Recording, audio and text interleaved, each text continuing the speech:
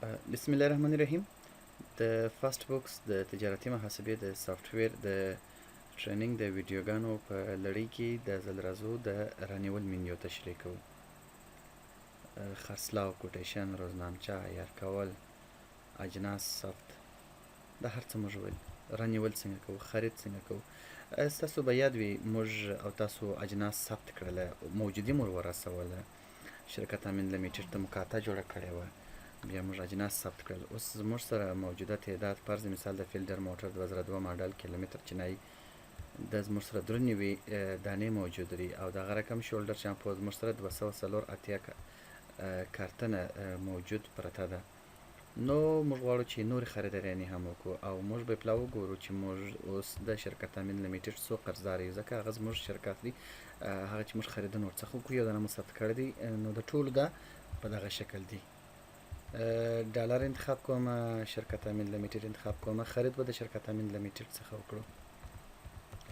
وګوره د شرکت امین لیمیټډ موږ کاته جوړه کړې، د هغه څخه وروسته بیا د ده کاته نه ده اپډیټ شوې، کاتې ته کومه انټري نه ده راغلې، ځکه موږ د ده څخه خرید نه دی کړی او یا مو هم دته پیسې نه دي ورکړي. البته په ډالرو کې که چېرې زه افغانۍ وګورم د شرکت امین لیمیټډ ده، هلته موږ اصولي نقده شرکت امین لیمیټډ ته موږ پیسې د داخل څخه ورکړي دي په تېرو ویډیوګانو کې. ښه، اوس به زه خرید وکړم د شرکت امین لیمیټډ څخه. خرید هم د خرڅلاو په شکل باندې د دواړو خواو څخه ورته راتلی سو، هم د رانیول منیو د طرفه څخه چې دلته موږ ته اول لیست ښکاره کوي او د لیست له لوري دلته موږ فلټریشن کولی سو، ډیټا فلټر کولی سو، رقم راپور غوښتلی سو او دلته هم نوی خرید بټن وهلو سره موږ د خریدارۍ نوي صفحې ته بیایي او دلته زموږ ټول د خریداتو بیلونه دلته ښکاره کوي. هغه که د یو کال وي که د لسو کالو وي ټول بیلونه به دلته موږ ته پراته وي، هېڅکله به ورکېږي نه که چیرې تاسې قصدا ډیلیټ نه کړئ. نو راځو رانیول منیو ته راځو او پر نوي خرید باندې کلیک کوو. ښه، کرنسي انتخاب کوو. کرنسي کې فرض مثال زه افغانۍ به انتخاب کړم یا هم ډالر انتخاب کوم سیدي او د چا څخه خرید کوم، شرکت امین لیمیټډ څخه، یا په چین کې یا په بل ځای کې د هغو شرکت نومونه دلته انتخاب کوو. موږ خو اوس د نمونې لپاره یو شرکت ثبت کړی دی، ستاسو سره ممکن 2 3 5 شرکته وي که نه. ښه، د بیل نمبر دلته موږ راچوو.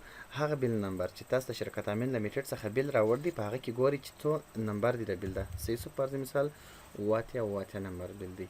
یاداشت کې کوم یو شی لیکي لکه څنګه چې موږ د خرڅلاو په بیل کې وله عین هغه شکل دی. ښه، راځو جنس انتخاب کوو. کوم اجناس دي په بیل کې، تاسو په بیل کې هلته ګورئ، شاید ستاسو په بیل کې 10 کلمه 20 کلمه جنس وي، نو هلته چې هر جنس وي په بیل کې هغه دلته انتخاب کوئ. اول بیل وګورئ چې کوم اجناس تاسې سره ثبت رجسټر ونه لري په بیل کې وي او در سره ثبت نه وي. فرض مثال زه به یو جنس دلته را سره ثبت کړم، زموږ سره داسې اجناس شاید موجود وي چې هغه په بیل کې نه وي موجود، نه، نو نوی جنس ثبت کړه.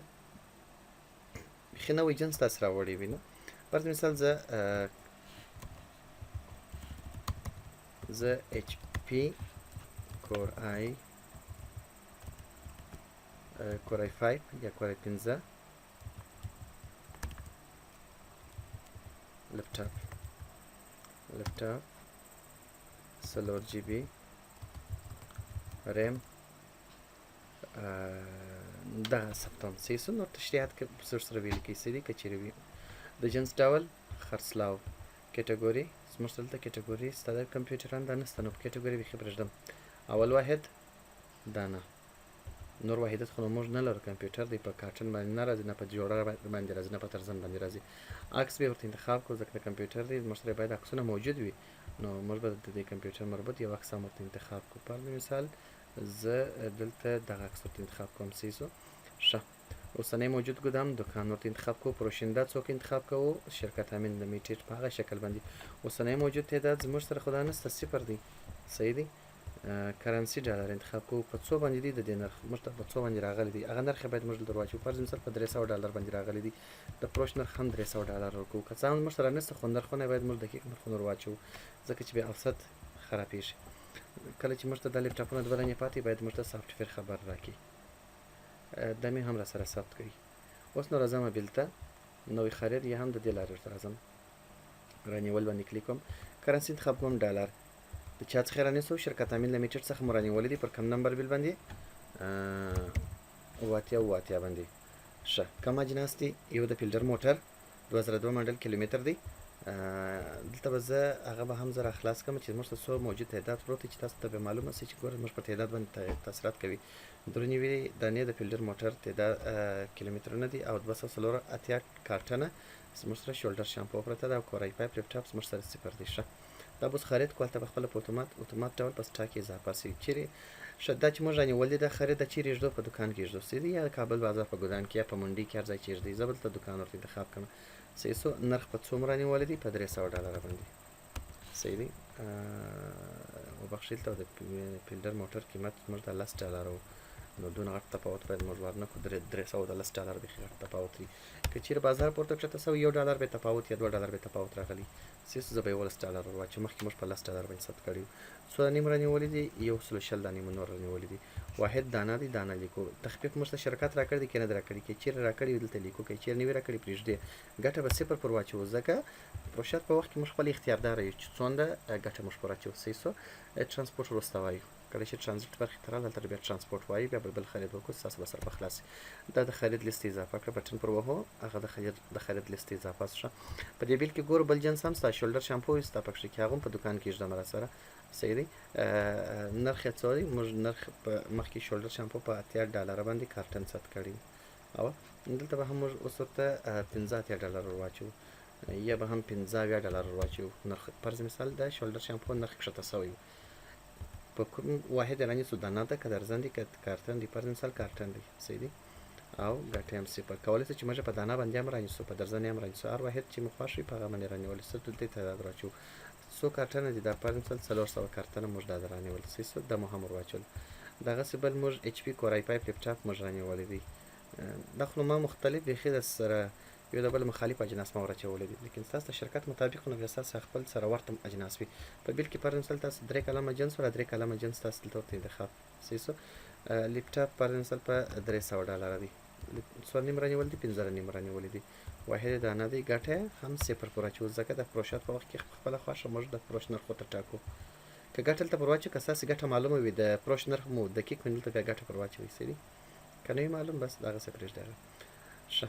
په بیل کې د بیل جمله $2820 راغلی. هلته تاسو هم په بیل کې وګورئ، باید جمله د غوندې تفاوت نه یې پکښې کې. که چیرې ستاسو د بیل جمله او دغه جمله تفاوت سره ولري نو دلته بیا وګورئ چې کوم ځای کې مو اشتباه کړې ده، په تعداد کې مو اشتباه کړې ده، کوم په نرخ کې اشتباه کړې ده. صحیح ده.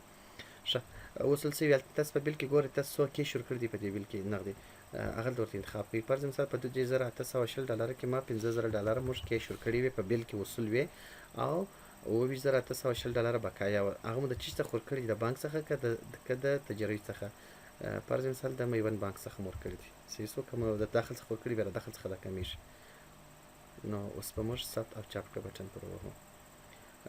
را به سو. دلته وګورئ دغه تعداد 2.5 دانې دی او د شولډر شامپو تعداد 240 دی او د لپټاپ تعداد 0 دی. صحیح سو. زه به صفحه ورته ریلوډ کړم. اوس وګورئ موجود تعداد د 2.5 څخه 214 ته وختئ او دا د 280 که 200 هغه د 640 ته راغلي او لپټاپونه د 0 څخه 15 ته وختل. صحیح سو. په نرخونو کې ګوره تفاوت راغلي. اول نرخ د موږ په $10 باندې ثبت کړی و، اخر خرید موږ په $11 باندې وکړ. زموږ اوسط نرخ $10.15 دی. صحیح دی. ځکه موږ ته زوړ خرید هم پروت و. شولډر شامپو د دغه رقم په $80 باندې موږ اول ور ثبت کړی وه، هغه وخت ریټ $85 و. نو موږ اخري خرید وکړ هغه په $15 باندې موږ دا رانیوئ. زموږ اوسط نرخ $اوه.15 سو. ځکه موږ ته زوړ خرید د شامپو هم پروت دی، نو د دواړو تر مابین باید اوسط راوځي، ګټه باید دقیق حساب سي. راغلی تعداد 200 دی، وتلی تعداد 15 دی، ضایعات 0.8. په دې مو انشاءالله نور سره خلاص دی. نو دا و د خرید طریقه او ترتیب. ښه. اوس په سټاک کې خدای تاسو وکتله چې زموږ جنس اضافه سوی دی. اوس کولی سو چې موږ د خرید بیرته ایډیټ کړو، لکه څنګه چې موږ پروشات ایډیټ کول، خرڅلاو مو ایډیټ کوي، د خرڅلاو بیلان. نو دلته موږ پر بیل باندې کلیک وکړو، دی خو موږ دلته بیل راښکاره کوي. صحیح دی. چې دغه ستا په دغه بیل کې تا دغه شیان خرید کړي دي او دا بیلونه یې موږ دلته راښکاره کړل. صحیح دی. چې دغه کلمونه جنسونه پکښې کې وي، دا واحدات دي، دا تعداد دی، دا تخفیف دی، دا نرخ دی، دا جمله ده. جمله بیل 2820 سولې، نقده وصول $1500 او نوې بقایا 2820، زړه بقایا $6000، جمله بقایا 3820 سولې. صحیح دی. دا خو دا رالی. دلته هم موږ ته لنډ معلومات راکوي چې پر دغه تاریخ په دغه نمبر بیل باندې په دغه کرنسي جمله بیل دغونه کېږي، وصول سوي دغونه، باقي دغونه د چا څخه چې رانیول د شرکت امید لمیټډ څخه چې رانیول دي. که چیرې تاسو اشتباه سوي واست بیل دلته تغیر کولی سئ، تغییر باندې کلیک کوئ نو هر ځای کې تاسو تغیرات راوستلی سئ. کلم بیخي یو کلم ځنیسته کولی سئ، په نرخ، په تعداد، په هر شي کې تغیرات راوستلی سو. صحیح. او که مو چیرې بل غوښتل چې ډیلیټ کړئ نو په ډیلیټ باندې کلیک کوئ، بل یې هو ډیلیټ یې کړه، دا بټن پر وهئ، دا خرید به بیا ډیلیټ سي او د سټاک څخه به بیرته جنس کم سي. وروسته به ډیلیټ کړو. راپسې مې پلا راپورونو ته. په راپورونو کې به وګورم آیا زموږ د بانک له کاتې څخه دغه 15000 ډالر ورکول سوي دي که نه دي ورکول سوي. ډالر انتخاب کول ته موږ میوند بانک انتخاب کوو. هلته خو موږ خرید د میوند بانک څخه وکړي.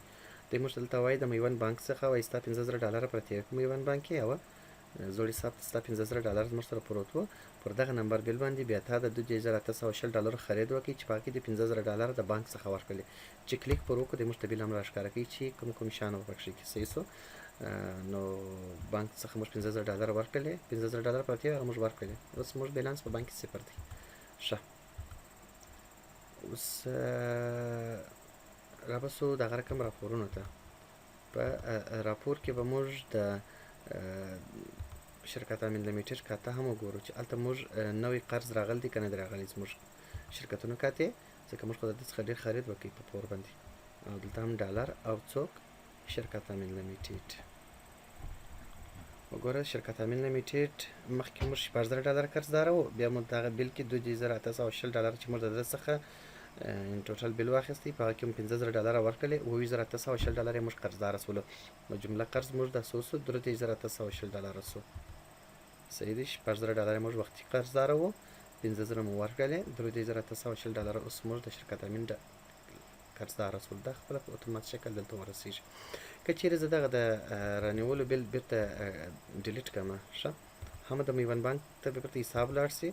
ګوره اجناس لیست به بیرته په خپل پخواني حالت کې سي، نرخونه به بیرته ګوره اوسط نرخ یې بیرته هغه 10 ډالره سو، موجود تعداد یې بیرته 93 سو، لیپټاپونه بیرته 0 سوله، شولډر شامپو بیرته خپل اصلي حالت ته ولاړل، د سټاک څخه خو جنس کم سو.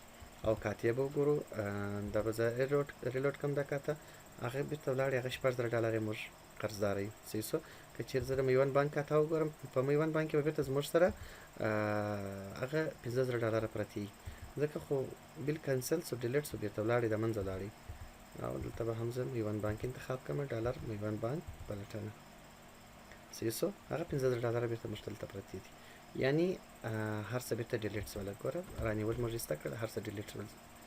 ښه، که دا څه معنا لري په دغه کرنسي باندې موږ ته ټول فلټر کړه چې موږ په ډالر باندې هر څه خریدات کړي دي، هغه راته فلټر کوي.